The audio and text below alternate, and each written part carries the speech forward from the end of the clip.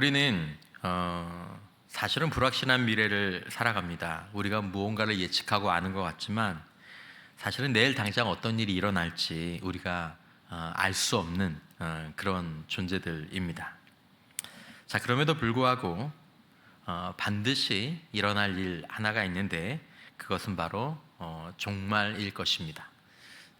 우리의 종말, 그리고 세상의 종말 역시 언제인지는 모르지만 아주 확실하게 예정되어 있습니다. 우리가 종말이 있는 존재다라는 것을 오늘 예배에 참석한 연세가 있는 분들, 또 장년들뿐만 아니라 우리 주일학교 아이들도 기억할 필요가 있습니다. 나는 종말이 있는 존재구나. 나는 종말이 있는 존재구나. 이것은 반드시 일어날 일입니다. 한동안 비가 안 올 것 같다고 예보가 되어 있습니다. 그러나 또 모르죠. 혹시 비가 올 수도 있죠. 하지만 종말은 변수가 없습니다. 변수가 없는 사건입니다. 우리가 요한계시록 말씀을 매일 성경으로 묵상하는 가운데 또 금요일 날마다 어떤 본문들을 조금씩 나누고 있는데 이제 계시록이 이제 그런 말씀들을 하고 있죠.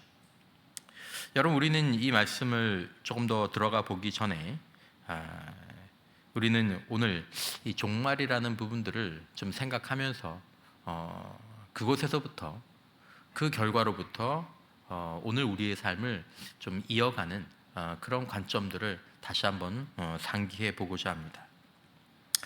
자, 여러분, 언젠가 종말을 맞을 수밖에 없는 존재, 언젠가 반드시 종말을 맞게 되는 그런 존재를 우리가 이게 어려운 말일지는 모르겠지만 흔히 그렇게 얘기하죠. 종말론적인 존재다. 종말이 있는 존재를 보고 종말론적인 존재다, 그렇게 얘기합니다. 그러니까 인간은 종말론적인 존재입니다. 영원히 사는 존재가 아니죠. 할머니, 할아버지들만 종말론적인 존재가 아닙니다. 우리 아이들도 종말론적인 존재입니다. 청년들도, 청소년들도 종말론적인 존재입니다. 우리가 어린아이나 청소년이나 청년 때에는 종말이라는 것이 한없이 멀게 느껴지고 10년, 20년이라는 것이 한없이 멀리 느껴지게 되지만 인생을 어느 정도만 이렇게 살아보면 5년, 10년은 아무것도 아니다라는 걸 점차 느끼게 됩니다. 제 나이 정도 되면 5년, 10년은 별게 아니구나, 굉장히 빠른 시간이구나 정도를 느끼게 되고, 저보다 나이가 더 드신 분들은 10년만 그래요. 20년 그것도 아무것도 아니에요. 눈 깜빡하면 20년이에요. 이렇게 얘기하실 수도 있죠. 하지만 저는 10년까지는 체감이 되지만 20년, 30년까지는 아직 체감은 안 됩니다. 근데 제가 어제 학교를 갔었는데 그 학교에 저희 그 교비가 있거든요. 교비가 있는데 그 교비를 보면서 갑자기 문득 그런 생각이 들더라고요. 야, 내가 채 20살이 안 됐을 때, 제가 머리가 똑똑해서 학교를 한 해 일찍 들어갔거든요. 그래서 채 20살이 안 됐을 때 봤던 저게 지금 35년 가까이 됐는데도 스크래치 하나 나지 않았네. 근데 나는 벌써 35년이 지났구나. 35년이라는 시간이 이런 거구나. 이 변하지 않는 걸 딱 보고 내가 35년을 생각하니까 이게 얼마나 그 시간의 이 흐름이 순간적으로 탁 왔던 그런 경험들이 있습니다. 자, 말씀드리고 싶은 것은 꼭 여러분이 지금 허겁지겁 삶을 살고 굉장히 바쁜 가운데 또 내일도 어떤 일들이 많고 저도 마찬가지고 그런 많은 일들이 있는 가운데 오늘 이 시간이 말씀의 창문을 통해서 깊이 딱 들어가 봐야 될 첫 번째 지점은 우리는 내가 7살이든 아니면 내가 나이가 지긋이 있든 나는 종말론적인 존재다. 반드시 종말을 맞는 존재다. 라는 것을 우리가 기억해내야 한다는 것입니다. 종말을 피할 수 없는 우리가 살아가는 이런 삶을, 인간의 삶은 끝과 종말을 향해 나아가는 종말론적인 삶입니다. 이 삶 자체가 종말론적이다라는 것이죠. 운동을 하면 종말을 맞지 않는 게 아닙니다. 뭔가 대비를 잘하면 종말을 피하는 게 아닙니다. 우리는 운동을 하고 음식을 잘 먹으면 마치 죽음을 피할 수 있는 것처럼 생각하지만 그건 착각입니다. 아무리 우리가 운동을 하고 아무리 건강을 잘 챙겨도 우리는 종말을 맞는 존재입니다. 인생은 누구나 종말을 향해 다가가는 과정이다라는 것입니다. 우리가 그 종말을 인정하고 그래, 그 우리 믿음의 선배들 가운데 청소년기 때 이 사실을 깊이 묵상하고 여기서부터 인생을 써내려간 그런 사람들도 있거든요. 청소년기 때 하나님, 저는 주님 앞에 가는 존재입니다. 그것들을 딱 정리해 놓고 거기서부터 인생의 계획들을 쭉 역으로 계획해 온 거죠. 그래서 젊은 날 하나님 앞에 자신의 삶을 귀하게 드렸던, 또 지혜로운 삶을 살았던 그런 사람들도 있습니다. 그런 것 사람들처럼 우리가 그 종말을 인정하고 그것들을 바라보면서 살아가든지, 사실은 그래야 되잖아요. 다른 것들은 다 그렇게 하거든요. 모든 것들을 다 끝을 본 다음에 끝이 이러니까 내가 이거를 해야 되겠구나 라고 이렇게 계획해 가는데, 인생에 있어서만큼은 그렇지 않은 경우들이 있는 거죠. 끝을 희미하게 만들어 놓고 이제 살아갈 것들에 대해서 계획을 하니까 나중에 어느 지점부터인가 인생이 틀어지기 시작하는 것이죠. 우리가 종말을 인정하고 바라보면서 살든지, 아니면 그것들을 애써 무시하면서 마치 종말이 없는 것처럼 서로가 서로를 속이면서 살아가든지, 종말은 그 자리에서 우리를 기다리고 있다라는 것입니다. 폭우가 예보되어 있으면 우산을 가지고 나가야 되죠. 폭우가 예보되어 있으면 우산을 가지고 나가야 합니다. 만약에 내가 한 달 후에 이사를 가게 된다면 다음 주에 굳이 큰 돈을 들여서 리모델링을 할 필요가 없을 것입니다. 한 달 후에 이사를 가야 된다면 오히려 지금 해야 될 건 불필요한 짐을 정리하는 일들이 필요하겠죠. 종말이 있다는 것, 그리고 그 종말이 어떻다라는 것을 알고 그것에 따라서 오늘을 평가하고 살아가는 것을 건강한 종말론적인 삶이라고 이야기합니다. 이게 필요하죠. 건강한 종말론적인 삶. 나는 종말이 있는 존재야. 그리고 그 종말은 이런 모습이니까, 그러면 오늘 나는 어떻게 살아야 되지? 뭘 해야 되지? 나한테 이런 일이 일어났는데 나는 어떻게 반응을 해야 되지? 나는 종말이 있는데, 그 종말이 이럴 건데. 이걸 이제 종말론적인 삶이라고 얘기하는 거죠. 사실은 모든 인간은 피할 수 없는, 반드시 일어나게 될 이 종말을 염두에 둔 종말론적인 그런 관점을 가지고 삶을 살아가야 하지만 그러냐라는 것입니다. 그러냐라는 것입니다. 최종적인 종말이 있는데, 여러분, 종말은 반드시 일어날 일들입니다. 우리가 지금 요한계시록을 보고 있는데, 계시록을 보면 비유도 많고, 그리고 여러 가지 환상에 대한 부분도 많고, 그리고 중간중간 해석이 어려운 부분들도 많이 있습니다. 그래서 계시록을 읽다 보면 마치 현실과 아무 상관이 없는 것 같은 그런 말씀처럼 느껴질 수도 있습니다. 제가 오늘 이 본문을 읽고 드리는 이유는, 요한계시록은 본질적으로 역사적이고 현실적인 책이다라는 것을 우리가 기억할 필요가 있다는 것입니다. 역사적이고 현실적인, 전혀 역사적인 것 같지 않죠? 전혀 현실적인 것 같지 않죠? 하지만 요한계시록은 역사적이고 현실적인 책입니다. 요한계시록 1장 1절에 이렇게 시작됩니다. 예수 그리스도의 계시라, 이는 하나님이 그에게 주사 반드시 속히 일어날 일들을 그 종들에게 보이시려고 그의 천사를 그 종 요한에게 보내어 알게 하신 것이라 라고 얘기합니다. 뭐라고 얘기합니까? 일들이라고 얘기합니다. 역사가 뭐죠? 일들에 관한 얘기죠. 현실에 관한 얘기죠. 일어날 일에 대한 역사적이고 현실적인 내용을 하나님의 종들에게 보이시려고 사람이 아니라 하나님이 계시로 주신 것이 계시록이다라는 것입니다. 물론 그 안에 하나님께서 감추어 두신 것이 있습니다. 해석이 어려운 것들도 있습니다. 하지만 요한계시록을 그냥 건강한 관점으로 쭉 읽다 보면은, 또 그것들을 읽어갈 때 우리가 분명히 알게 되는 것은 일어날 일들에 대한 것입니다. 일어날 일에 대한 역사적이고 현실적인 내용들을 하나님의 종들에게 보이시려고 하나님이 계시로 주신 것입니다. 왜 주셨을까요? 왜요? 일어날 일들에 대한 계시를 하나님만이 주실 수 있습니다. 하나님이 계시로서만 주실 수 있는 것이 특별히 두 가지입니다. 하나는 시작과 다음은 끝입니다. 창세기와 계시록. 왜냐하면 시작은 아무도 못 봤잖아요. 시작하신 분만 알기 때문에 그건 하나님의 계시로 주는 거고, 끝은 아무도 모르지 않습니까?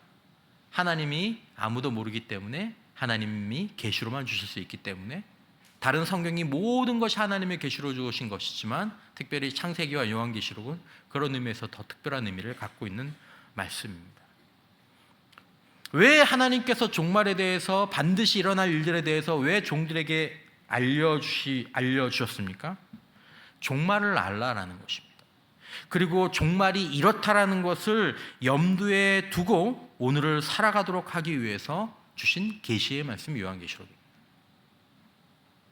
이 계시가 그리스도인 공동체에게 주어졌을 때 그리스도인 공동체는 당시에 매우 심한 박해와 핍박을 받고 있었습니다. 그리스도인이란 이유 하나 때문에 목숨을 잃고 또 물질과 지위와 명예와 심지어 사랑하는 가족까지 잃어야 하는 일들이 그 당시에 빈번했었습니다. 네로 왕제는 AD 64년에 로마의 대화제의 책임들을 그리스도인들에게 전가하면서 그리스도인들이 이 화제를 일으켰다. 그렇게 하면서 아주 잔혹한 박해를 하기 시작했죠. 그리스도인들이 산채로 불에 태워져서 로마의 밤을 밝히는 화톱불이 되었습니다. 맹수의 밥이 되기도 했습니다. 사도 바울과 베드로도 이 시기에 순교한 것으로 알려져 있죠. 요한계시록이 이렇게 기록되던 당시 도미티아누스 황제 당시 90년 AD 90년경에 도미티아누스는 자신을 신으로 지칭하면서 황제 숭배를 강요했고 이를 거부하는 그리스도인들을 박해했습니다. 재산을 몰수하고 유배를 보내고 심지어 처형하는 일도 빈번했습니다. 사도 요한도 이때 밤모섬으로 유배를 오게 된 것으로 알려져 있습니다. 이후로도 여러 차례 대규모 박해가 있었습니다. 목숨과 재산과 지위와 명예를 빼앗기고 가족을 빼앗기기도 했습니다. 그의 밤에 그리스도를 부인하거나 그리스도인들을 박해하는 사람들은 자기 원하는 대로 마음대로 살면서 먹고 마시고 부를 누리면서 그리스도인들이 사는 신앙과 삶을 조롱했습니다. 저 멍청한 것들, 바보 같은 것들, 왜 저렇게 살아? 왜 저렇게 살아? 어리석은 것들. 그때 하나님은 하나님의 계시로 하나님의 종들에게 종말을 보이시고 종말을 알게 하셨습니다. 이게 너희들을 기다리고 있는 끝이다. 이게 최종적인 모습이다. 하나님의 종들의 마지막이 어떠할지, 그들을 박해하는 사람들과 세상의 종말이 어떠할지에 대해서 보이셨습니다.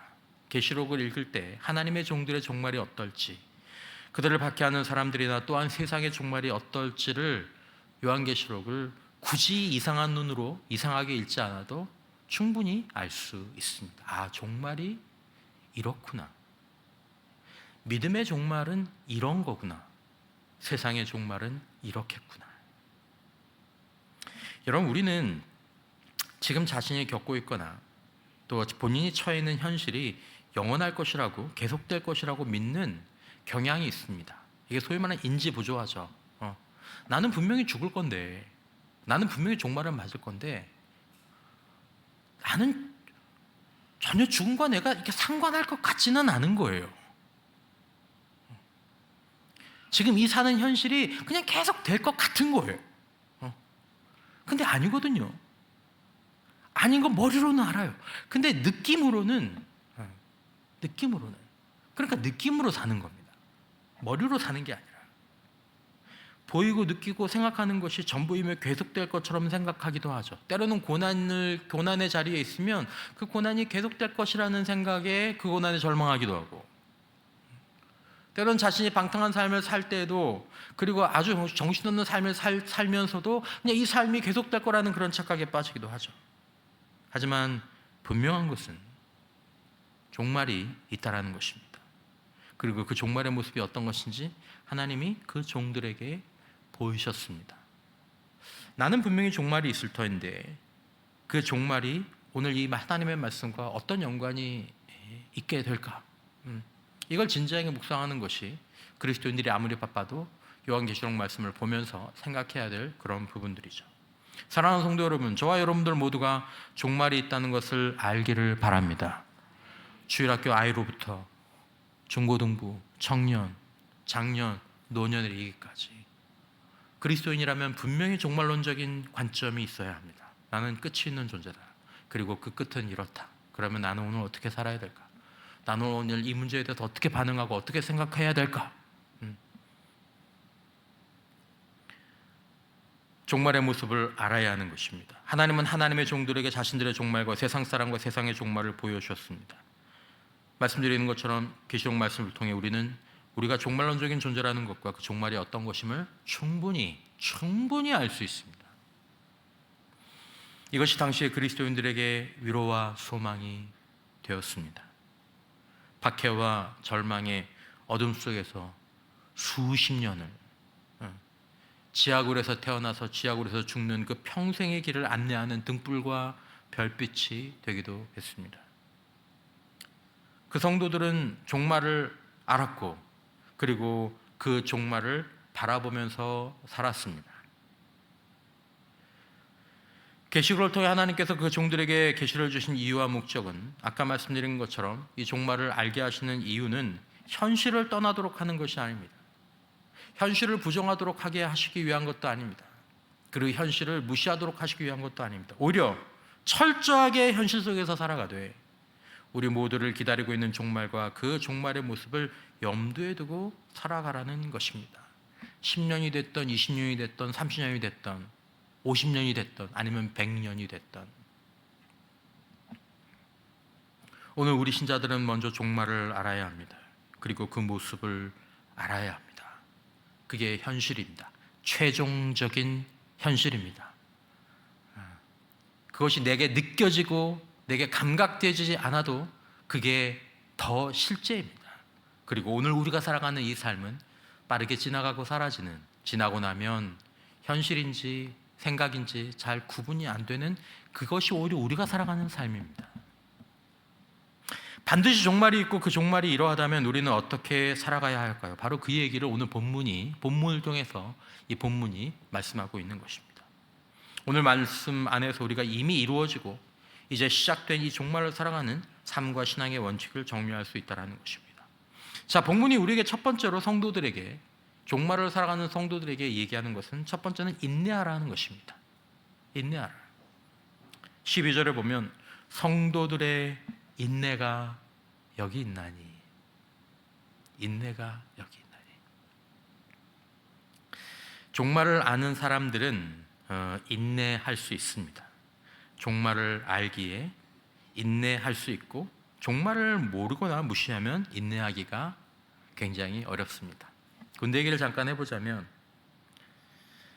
지금은 좀 덜하지만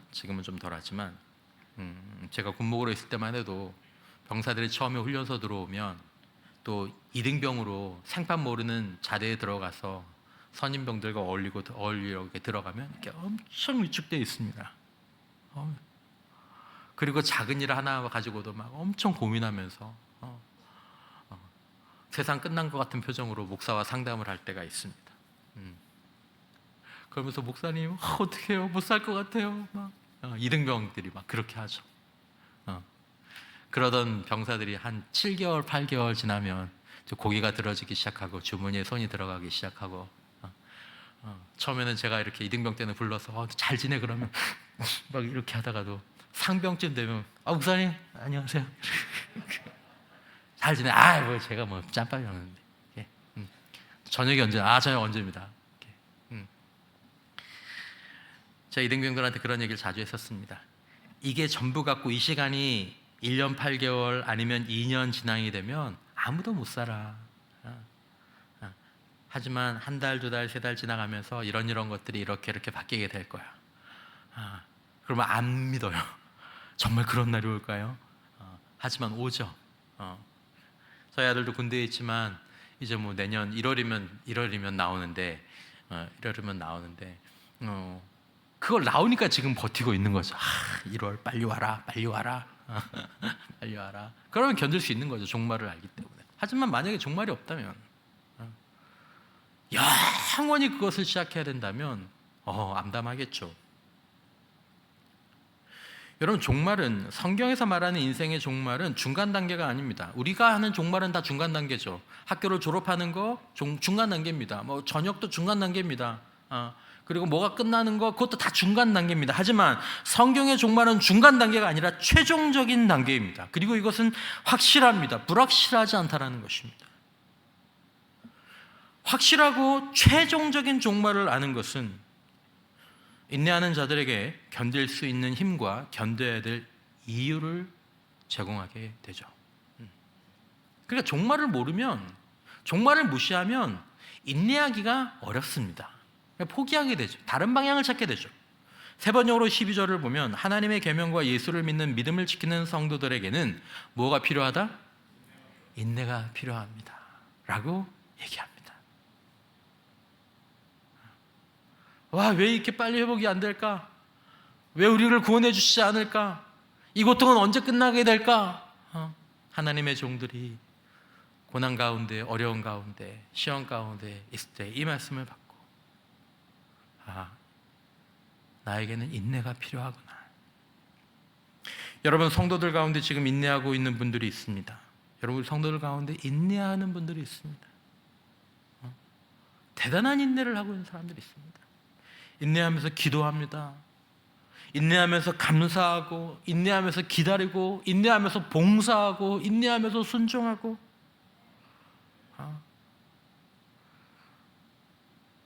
때로 보면은 아내와 그런 얘기를 종종 하는데,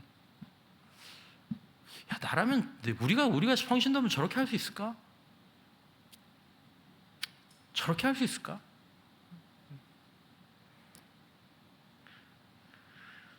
여러분, 우리가 그런 인내의 삶을 살아보면서 우리 함께 인내하는 성도들이 함께 기억해야 될 것은, 내가 지금 인내하면서 바라보는 지점을 어디까지 두어야 될까라는 것입니다.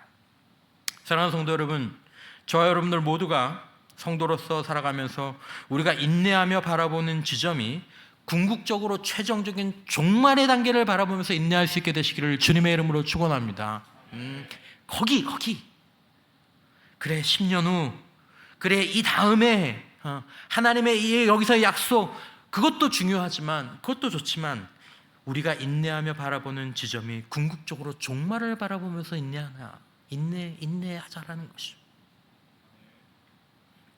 하나님은 계시록 말씀을 통해 다시 한번 종말은 반드시 오며 인내에 대한 하나님의 약속이 있다는 것을 종들에게 말씀하십니다. 하나님의 종들에게는 인내가 필요하다고 말씀하십니다. 이 말은 하나님의 종들이 견뎌야 할 고난과 고통이 있다라는 뜻입니다. 이 말은 하나님의 종들이 결핍과 의문으로 가득 찬 상실과 슬픔이 있다라는 뜻입니다. 그게 인내죠. 고통은 있는데 답은 없는 거예요. 그러므로 여러분, 우리는 이 땅에서 믿고 살아가면서 종말, 그 확실하고 최종적인 그때까지는 인내에 대한 긴장을 풀지 않고 인내하겠다라는 결단을 가져야 할 줄 믿습니다. 이 땅을 살아가는 동안은 인내가 필요하구나.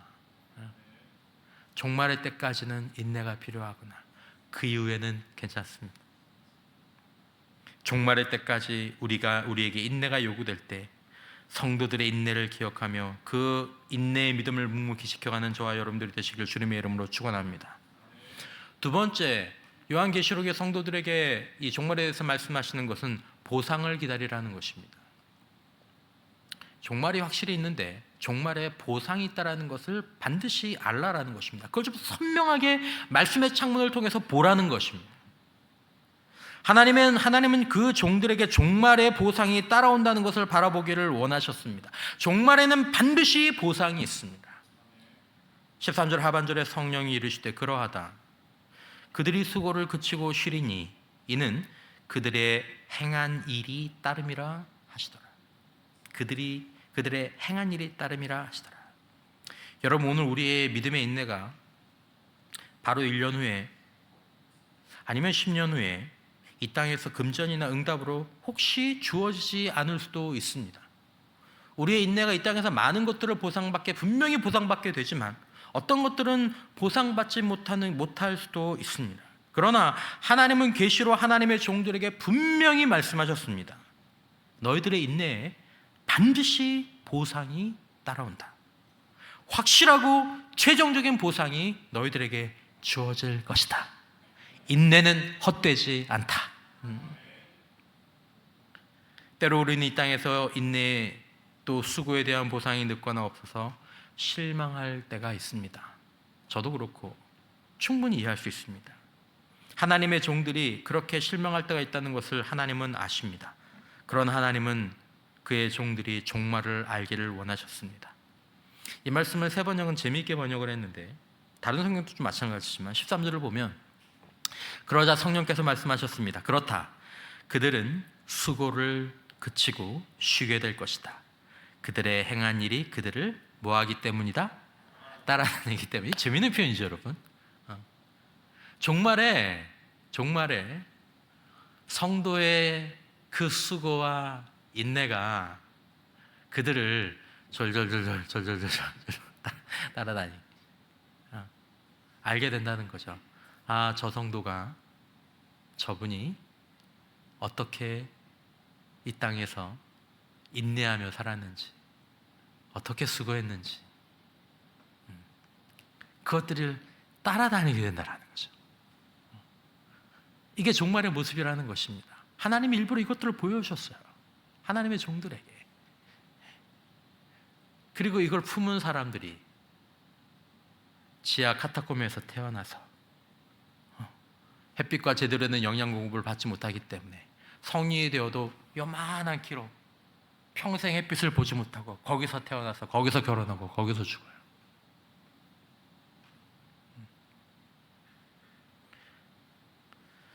말 그대로입니다. 그들의 행한 일이 그들의 종말에 졸졸졸 따라다닌다라는 것입니다.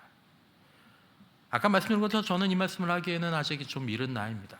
저희는 겨우 10년? 뭐 그렇게 긴 것 같지 않은데 하지만 인생을 어느 정도 사신 분들은 한 인생 자체가 뭐 그렇게 대단하거나 긴 것이 아닐 수도 있다라는 그렇게 붙잡고 그렇게 애썼지만 어떤 책의 제목처럼 참을 수 없는 존재의 가벼움, 참을 수 없는 인생의 가벼움. 그러니 그 시간을 인내와 맞바꿨다고 할지라도 내가 그 시간이 인내하는 것이 싫어서 다른 것을 선택해서 살았던 내 삶이 결코 잘한 선택이라고 말하기가 어려울 수도 있다는 거죠. 하지만 분명히 하나님은 말씀하십니다. 우리의 인내는 반드시 보상받을 것을 알기 때문에 이 말씀의 창문, 이 계시의 창문을 우리의 인내가 반드시 보상받으리라는 것을 이 창문을 통해서 알라. 아, 내가 행한 일이 나를 따라오겠구나.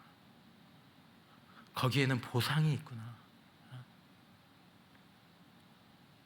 행한 일에 대한 보상은 이 땅에서도 받지만 궁극적으로 천국에서 우리가 받게 된다는 것을 믿으면서 그것들을 진지하게 고려하면서 오늘도 종말론적인 인내와 믿음으로 그 종말론적인 인내의 믿음으로 살아가는 저와 여러분들이 되시기를 다시 한번 축원합니다. 세 번째는 영원을 바라보라라는 것입니다. 여러분 세상 사람들이나 심지어 교회 공동체 안에서도 종말을 모르면 인내하기 어렵고 그리고 종말의 모습들을 모르면 그 보상을 바라보며 살아가기 어렵고 또 영혼을 바라보면서 살아가는 것이 어렵습니다. 오늘 13절 상반절에 놀라운 선언을 하죠. 또 내가 들으니 하늘에서 음성이 나서 이르되 기록하라. 지금 이후로 주 안에서 죽는 자들은 복이 있도다 하심에 성령이 이르시되 그러하다 그들이 수고를 그치고 쉬리니 라고 얘기합니다. 지금 이후로 주 안에서 죽는 자들은 복이 있도다. 성령이 이르시되 그러하다 그들이 수고를 그치고 쉬리니 성령께서 한 번 더 이 말씀을 보증하십니다. 주 안에서 죽는 자들은 복이 있다. 여러분 세상 사람들에게 죽음은 가장 큰 절망이고 그들에게는 끝입니다. 그리고 그들에게는 두려움의 시간입니다. 그러나 종말을 바라보며 종말을 인내로 살아간 종들에게 죽음은 종말은 복의 시간이고 쉼의 시간이 시작된다는 것을 하나님은 계시로 그들에게 알게 하시는 것입니다. 나에게 종말이 있다는 것과 그리고 그 종말의 모습이 바로 이러하다는 것을, 주 안에서 죽는 자들이 복이 있구나, 수고를 그치게 되는구나, 쉬게 되는구나 라는 것들을 알고 살아가는 사람과 그렇지 못하고 살아가는 사람의 차이가 있는 거죠. 여러분, 이것이 반드시 일어날 일이며 하나님은 하나님의 종들이 이것을 알기를 원하셨고 성령이 이것을 다시 한번 보증하십니다. 확실하다, 그렇다. 이미 임한 이 하나님의 나라를 믿음으로 그 수고를 감당하고 인내하며 살아낸 성도들에게, 그렇게 살아가는 성도들에게, 그렇게 살아가느라 자신의 인생의 10년을, 20년을, 30년을, 아니 어떤 사람들은 특이한 시대에는 평생을, 아니면 자신의 이른 생명을, 그런 성도들에게 종말과 죽음은 아직 오지 않았던 영원한 안식과 영원한 행복의 시작이 되는 것입니다. 그러기에 복이 있는 것입니다. 여러분들의 종말은, 우리들의 종말은 어떻겠습니까?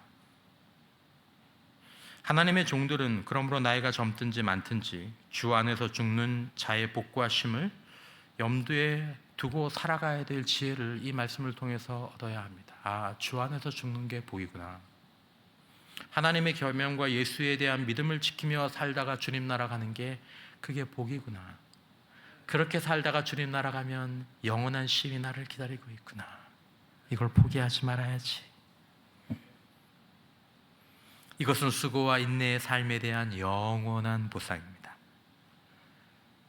이것은 계시록 1장 1절에 말씀하시는 것처럼 반드시 일어날 일이며 하나님이 그 종들에게 알려주시기 원하시는 것입니다. 농부의 수고는 추수로 쉼을 얻습니다. 그것을 알기 때문에 여름의 농부는 이 떼약볕 아래에서 수고하는 것을 마다하지 않죠. 그것을 멍청하다고 욕하는 사람은 아무도 없습니다. 신자의 수고와 인내 역시 아는 자들은 하나님 입장에서는 확실한 약속을 가지고 있는 것입니다. 이거보다 더 확실한 약속은 없습니다. 농사는 때로 망칠 수 있지만 하나님의 말씀과 예수 그리스도에 의한 이 신자의 수고와 인내는 절대로 망칠 수 없는 줄 믿습니다. 절대로.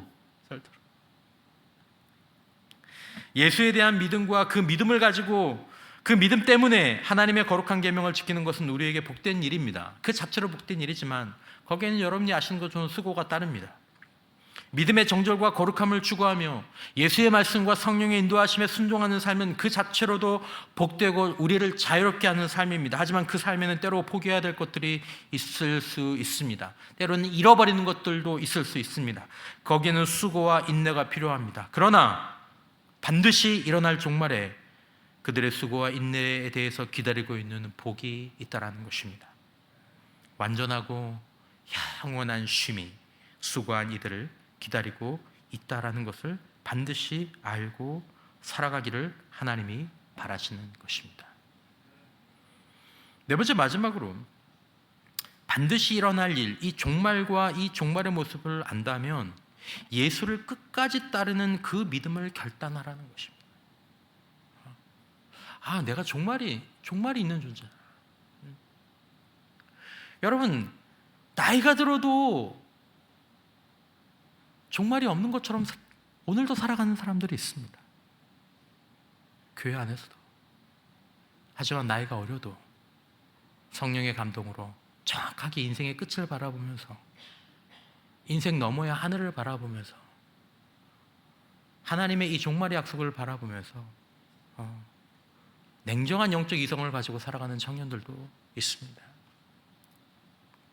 오늘 보면 12절 하반절에 이렇게 기록하고 있죠. 그들은 하나님의 계명과 예수에 대한 믿음을 지키는 자니라. 종말의 시대를 살아가는 성도의 삶은 예수님을 끝까지 따르는 삶으로 요약됩니다. 예수님을 끝까지 따르는 삶. 하지만 세상은 끊임없이 우리에게 다른 길을 제시하며 타협하라고 유혹합니다. 야, 뭐 그렇게 유별나게 믿냐? 나도 믿는데 세상의 흐름에 좀 맞추면서 살아라. 뭐 너만 예수 믿냐? 여러분, 그게 맞을까요? 그렇게 살면 될까요? 여러분, 대부분 그렇게 살잖아요. 심지어 교회 안에서도 그렇게 사는 사람들이 많잖아요. 우리도 그렇게 살아도 되지 않을까? 한두 번 제가 이 말씀을 드린 적이 있는데, 오늘 군대 얘기를 좀 하게 되는데, 제가 군대에 있을 때, 요즘은 별로 그렇지 않죠. 제가 군대에 있을 때는 이렇게 신병들이 맨 처음에 훈련소에 이렇게 들어와서 한 3, 4주 지나면 군목이 훈련할 때가 있습니다. 한동안 제가 훈련병들에게 이제 물어보죠. 여러분, 지금 여러분들 중학교 시절로 만약에 다시 돌아간다면, 그러니까 그 청년들의 중학교 시절 하면 이제 5년 전, 한 6년 전이죠. 그때로 돌아간다면 여러분 그때도 지난번 살아왔던 그 중학교 시절과 똑같이 살겠습니까? 이렇게 제가 물어본 적이 자주 있었습니다. 그러면 훈련병들 가운데 95%는 내가 살아왔던 것처럼 살지 않고 다르게 살고 싶다고 얘기합니다. 다 후회한다고 얘기합니다. 만일 여러분들이 그때로 다시 돌아가면 여러분 뭘 어떻게 바꿔보고 싶냐라고 물어보면 대부분 열심히 공부해보고 싶다고 얘기합니다. 저는 만약에 다시 중학교 시절로 돌아가면 전 열심히 공부할 겁니다. 그때 공부를 좀 했어야 되는데 지금 좀 후회가 됩니다. 이런 얘기를 많이 합니다. 하지만 정작 중학교 시절에 그 아이들은 자신들이 상식적으로 산다고 생각했을 것입니다. 몇몇 아이들이 예습해서 수업에 참여하고 또 수업이 마치고 나면 복습도 하고 또 애들 다 쉬는 시간인데도 어떤 애들은 책을 뒤적뒤적거리면서 공부하는 몇몇 아이들을 보면서 아마 걔들이 속으로 그랬을 겁니다. 아이고 유난을 떤다. 그래 너 서울대 가라. 그렇게 유별나게 살던 친구들은 아마 100명 중에 3명도 안 되었을 것입니다. 하지만 나중에 시간이 지나고 나면 많은 학생들이 내가 그렇게 살았어야 되는데 라는 생각을 모두는 아니라고 하더라도 많이 하죠. 내가 그렇게 살아야지라고 생각하진 않았더라도 그때 그렇게 유난스럽게 살았던 친구들이 오히려 가장 좋은 선택을 한 친구들이었다는 것에 대해 동의는 할 수 있게 되죠. 말씀드렸죠. 100명 중에 3명 정도입니다. 3%, 5%. 여러분, 우리가 지금 사는 삶이 다른 사람들과 크게 다르지 않다면, 우리가 사는 삶이 세상에 사는 삶과 별 차이가 없다면 종말에 후회하게 될 가능성이 매우 높습니다. 매우 높습니다. 여러분, 사회에서 보십시오. 우리가 살았어야 되는 삶, 지나고 나서 후회하지 않는 삶을 사는 사람들이 다수입니까? 소수입니까? 소수입니다. 내가 학생 때 저렇게 살았어야 되는데, 내가 직장 초년 때 저렇게 했어야 되는데, 내가 사역할 때 저렇게 했어야 되는데, 내가 직분을 했을 때 저렇게 했어야 되는데. 여러분, 나중에 후회하고 나중에 깨닫게 되는 그 삶을, 그 현실의 시간에 사는 사람은 소수입니다. 통계적으로 보면 거의 모든 계층에서 3%에서 5%입니다. 100명 중에 3명, 5명. 3명, 5명. 그러니까 이렇게 볼 때는 그 사람들은 안 보여요. 공부하는 사람들은 안 보여요. 신실한 믿음은 잘 안 보여요. 여러분, 사역자든 중직자든 성도건 일반 사회생활 가운데 부모의 역할이든 배우자의 역할이든 사장이든 직원이든 학생중이건 그들 중에서 살아야 될 삶을 제대로 사는 사람들은 통계적으로 보면 3%에서 5%입니다. 소수입니다. 그래서 성공을 소위 말하는 3%에서 5%의 사람들이 한다고 얘기합니다. 영적 성공도 그렇습니다. 세상 사람들이 하는 말, 뭘 그렇게 유별나게 사냐? 주변 사람들이 하는 말, 넌 뭘 그렇게 유별나게 사역을 하냐? 야, 너만 장로고 너만 권사고 너만 집사냐? 뭐 직분을 그렇게 유별나게 감당을 하냐? 뭐 그렇게 유별나게 봉사를 하냐? 이 말을 듣지 않는다면 여러분, 우리는 후회할 길을 가고 있을 가능성이 제법 높습니다. 저를 포함해서. 뭐 이 목사님, 뭐 그렇게 유별나게 목사님 생각하는 건 다른 분들하고 뭐 크게 다를 바 없어. 그러면 사실은 저는 좀 위험한 자리에 있는 겁니다.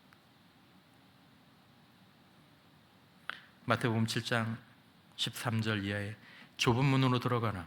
멸망으로 인도하는 문은 크고 그 길이 넓어 그리로 들어가는 자가 많고 생명으로 인도하는 문은 좁고 길이 협착하여 찾는 자가 적음이라. 통계는 나와 있지 않지만 3%, 5%, 3명, 100명 중에 3명, 5명.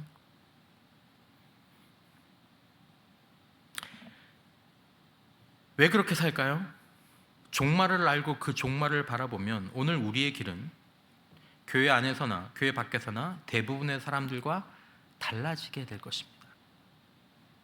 끝을 모르니까 지금이 방만해지는 거죠. 학생들이 끝을 생각하지 않고 사람들이 종말을 무시하고 신자들이 종말의 일들을 염두에 두지 않고 살기도 합니다. 그러니까 말씀을 보고 성령께서 조명하셔야 되고 외부의 감각을 차단하고 좀 말씀을 깊이 볼 일들이 필요한 거죠. 여러분, 우리는 종말을 알고 그 종말에 있을 일을 알고 그에 따라 살아가는 은혜가 있기를 주님의 이름으로 축원합니다. 오늘 우리에게도 크고 작은 믿음의 시련과 인생의 고통이 있습니다. 여러 가지 일들이 있지만 종말은 하나입니다. 여러분, 뭐 이단들은 뭐 몇 명이다, 뭐 말은 뭐다, 뭐 음료는 뭐다, 허알단 말장난과 영혼을 조종하는 이런 탐욕과 정욕을 채우려는 거짓 선지자들과 이단들이 이 종말의 문제로 영혼을 도둑질하려고 합니다. 뭐 거기에 흔들릴 필요는 없습니다. 우리가 삶과 신앙을 위해서 알아야 될 종말에 대한 건강한 교훈은 명백하고 충분합니다. 이 2절 말씀만 가지고도 충분합니다. 그리고 이 2절 말씀과 관련된 내용들은 계시록에 곳곳에서 나옵니다. 곳곳에서. 인내, 수고, 그에 따른 보상. 사랑하는 성도 여러분, 종말과 반드시 일어날 그 종말의 일들이 있으니 우리는 인내할 수 있기를 바랍니다. 보상을 확신할 수 있기를 바랍니다. 영혼을 바라볼 수 있기를 바랍니다. 영적인 소수로 예수를 끝까지 따르는 그 믿음 안에서 하나님의 선하고 거룩한 계명을 지키며 종말을 향해 확신을 가지고 살아가시는 저와 여러분들이 되시기를 주님의 이름으로 축원합니다.